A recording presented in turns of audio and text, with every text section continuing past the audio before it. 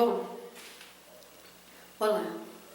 Vamos ver agora o início das escolas bíblicas, né? Esse programa educacional das igrejas evangélicas e onde eles têm origem. Na realidade, as escolas bíblicas tiveram início na Inglaterra, na época dos avivamentos que aconteceram na Europa.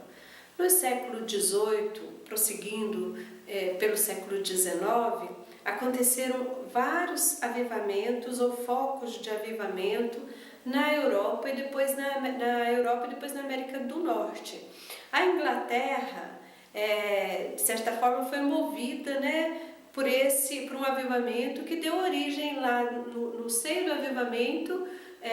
Teve origem o metodismo e depois, posteriormente, a Igreja Metodista, fundada então sob as bases do ensino de John Wesley, pregador anglicano e que era professor de grego até na Universidade de Oxford.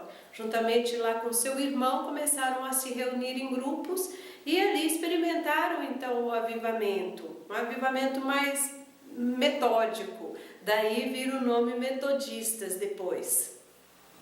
Mas foi justamente esse movimento de avivamento que despertou a consciência missionária nos grupos protestantes daquela época, que até teologicamente entendiam que não tinham muita responsabilidade missionária, por causa de uma doutrina rigorosa da eleição e da predestinação e outros fatores, mas entendiam que não era obrigação deles enviar missionários para outros campos.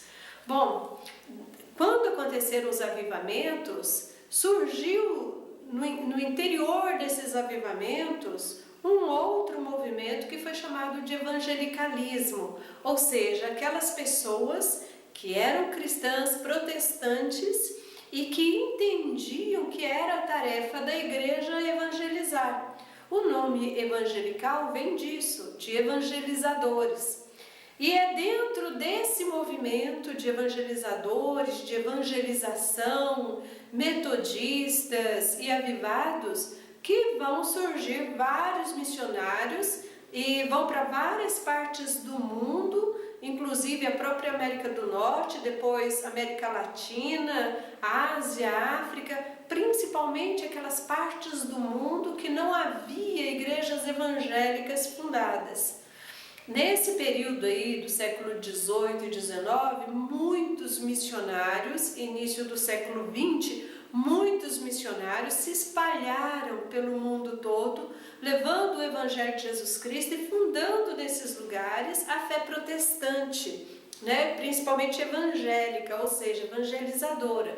Ao vir para a América Latina, trazendo essa fé evangelizadora, fundaram aqui uma igreja que naturalmente, nas suas origens, nas suas bases, defende a evangelização, afirma a evangelização.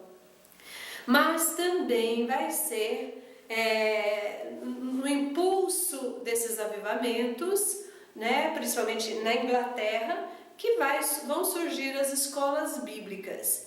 Começa primeiramente, por incrível que pareça, porque a história nem sempre é contada dessa maneira, mas começa primeiramente com uma mulher, uma jovem, que ouvindo as pregações de Wesley, se despertou, teve um interesse de criar escolas na sua própria residência para ensinar crianças.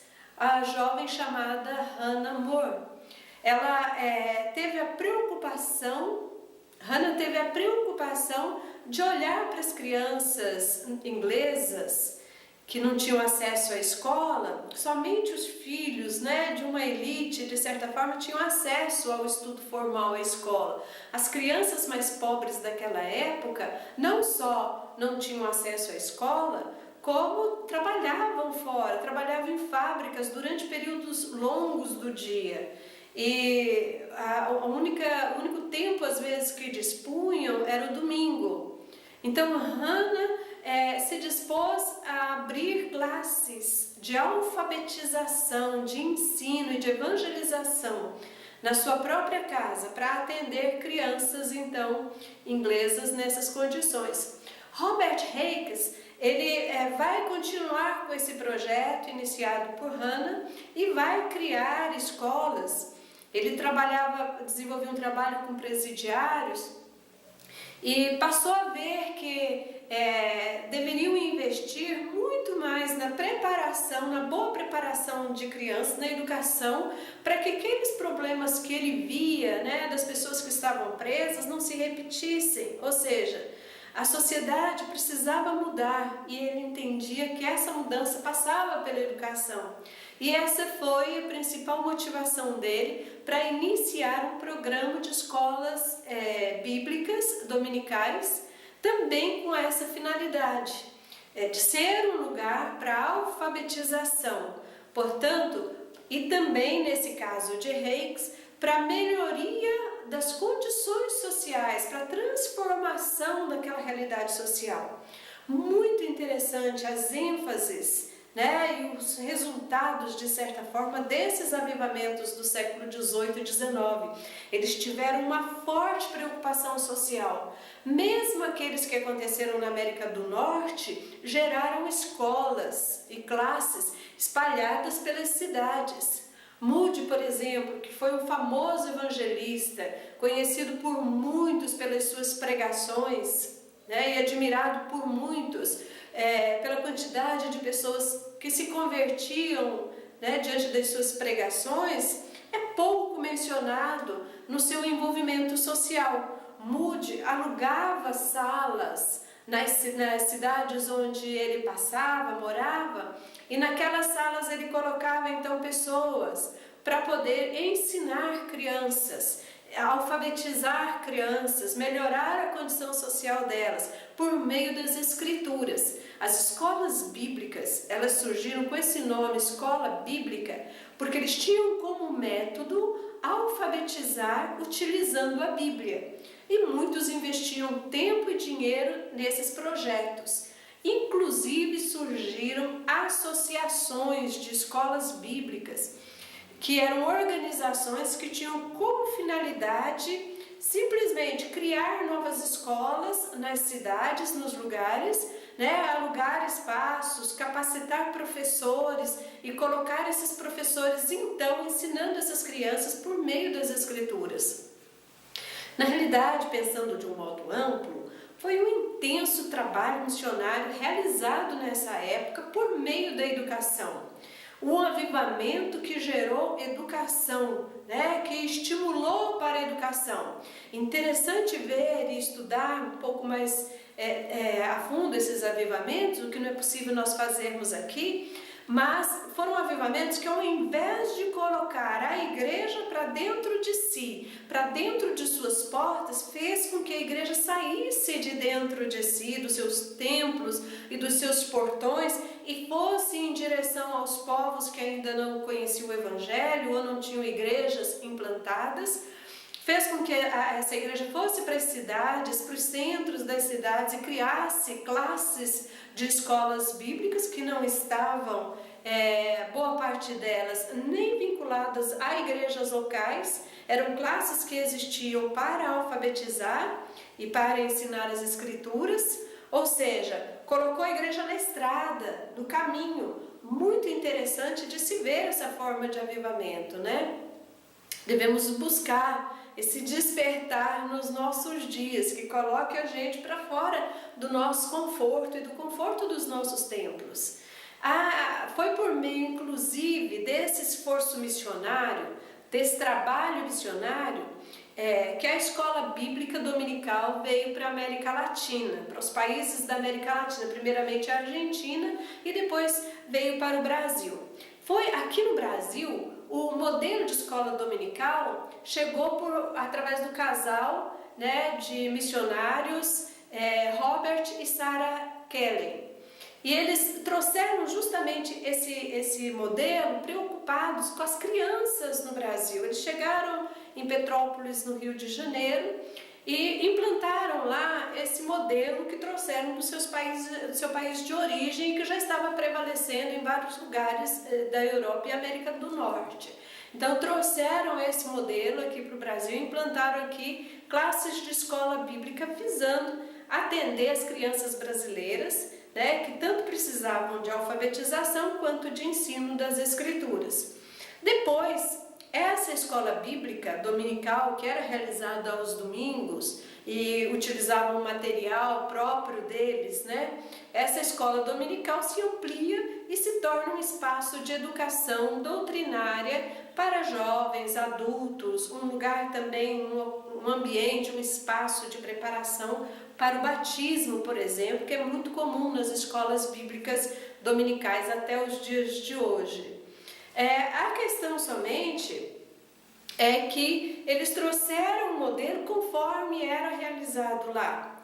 Não houve previamente um esforço, obviamente, de contextualização, de entender o contexto e desenvolver modos, né, de realização dessa escola mais apropriados ao contexto. Mas, de certa forma, a escola dominical, conforme trazida por eles, contribuiu para o ensino, né, da fé evangélica às pessoas que se aproximavam, que se achegavam às igrejas. E podiam então crescer no conhecimento da fé, crescer no conhecimento das doutrinas protestantes, evangélicas e de cada denominação, né? Porque cada denominação tinha o seu conteúdo.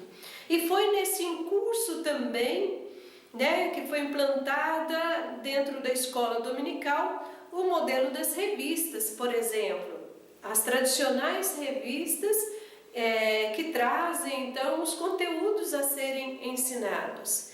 E é interessante no sentido de que vem um material que todos podem adquirir, mas é comprometedora no sentido de que é um material que não está contextualizado às necessidades daquelas comunidades, né? Muitas vezes revistas que são feitas, preparadas no sul e que são estudadas por crentes, por cristãos no norte do país. Ou vice-versa, né, que se dão no norte, no nordeste, no centro-oeste e são estudadas por pessoas no sudeste. Há uma mudança de linguagem, de situação social para o entendimento daquele conteúdo, de interesses em relação àquele conteúdo que é trazido então. As revistas predominaram durante muito tempo no nosso modelo clássico de escola dominical. Até os dias de hoje, muitas denominações e igrejas ainda preparam ou utilizam as suas revistas. Houve tempos de revistas e materiais traduzidos que vinham de mais longe ainda, né? E a gente utilizava tentando interpretar e entender o que estavam querendo ensinar. Era todo um esforço de aprendizagem que hoje a gente percebe não ser tão necessário, visto que temos tantas pessoas capacitadas no nosso meio e em cada igreja local em condições de produzir o próprio material.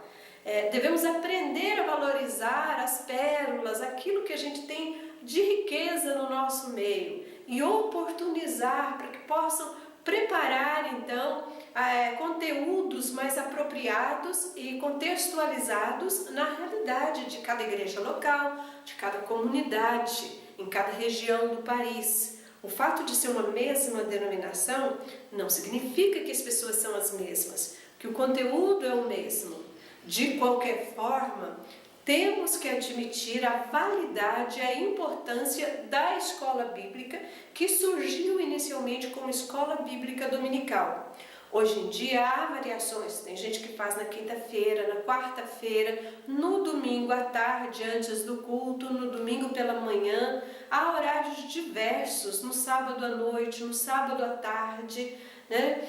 Há horários diversos, por isso não chamamos mais de escola bíblica dominical, mas de escola bíblica. O modelo é interessante para nós, porque nos ajuda de forma bastante objetiva a realizar a tarefa pedagógica da igreja e educativa da igreja. Precisamos ter programas de educação, precisamos ter programas, projetos educativos que têm como objetivo instruir mesmo. Mas precisamos pensar esses modelos. O fato de herdarmos do missionarismo O modelo da escola bíblica dominical não significa que devemos perpetuá-lo e que ele deva ser reproduzido até a eternidade. Ao contrário, os missionários, que criaram as escolas bíblicas, as pessoas que criaram as escolas bíblicas, originalmente lá na Inglaterra, estavam pensando no contexto da Inglaterra, da sua época, e em reagir e responder e corresponder àquele contexto. Essa era a preocupação delas. Então criaram algo novo, algo diferente, conforme a demanda do seu momento histórico e do lugar onde elas estavam inseridas e faziam parte. Nós, como cristãos evangélicos, temos essa mesma responsabilidade nos dias atuais, de aprender com eles, mas criar coisas novas para atender o nosso momento contemporâneo. Precisamos então repensar o modelo da escola bíblica, e corresponder à história e à Bíblia, conforme já vínhamos dizendo.